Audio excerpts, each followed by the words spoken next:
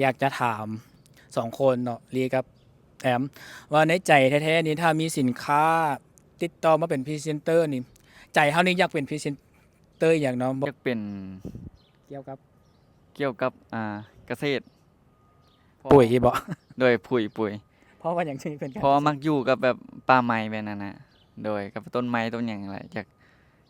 ากอยู่แบบนั้นหลายกว่าเพราะมันธรรมชาติดีอือฮึก็คืออันนี้ผู้ใดที่ว่ามีสินค้าเกี่ยวกับการเกษตรติดต่อหาน้องได้เลยเด้อรับรองว่ายอดขายทะลุหมื่นล้านแสนล้านแน่นอน เฮ้ยบ่แน่นอน ต่อมาน้องลีเด้อเอ่อสำหรับน้องเนาะอือฮึ ได้เบิดทุกแบบนะเกือบทุกแบบเลย เอาแบบเดียวเอาแบบ แบบ ที่มัก เดียว ที่สุด แบบที่มักที่สุดน้อง สินค้าที่แบบมักที่สุดอยากเป็นพรีเซนเตอร์อ๋อสำหรับน้องวะอือฮึ พวกอะไรหรือว่าคอมพิวเตอร์พวกอิเล็กทรอนิกส์พวกนี้แหละเพราะว่าเฮา เพราะว่าน้องเรียนจบตัวนี้มา สายนี้เนาะ แม่นละน้องหันคิดว่ามีเงินอยากซื้อพวกอะไรเอาคอมมาประกอบแล้วขาย แต่น้องบ่มีทุนก้อนนั้น อือฮึ น้องคิดแบบนี้ ยังหาทุนอยู่ อ่า ก็คือ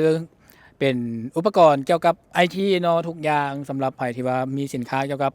อุปกรณ์ไอทีก็สามารถติดต่อหาน้องลีได้เลย บอกเลยว่าน้องลีเป็นคนเป็นจังซี่แต่ว่าเก่งได้ทุกคนเนาะ เก่ง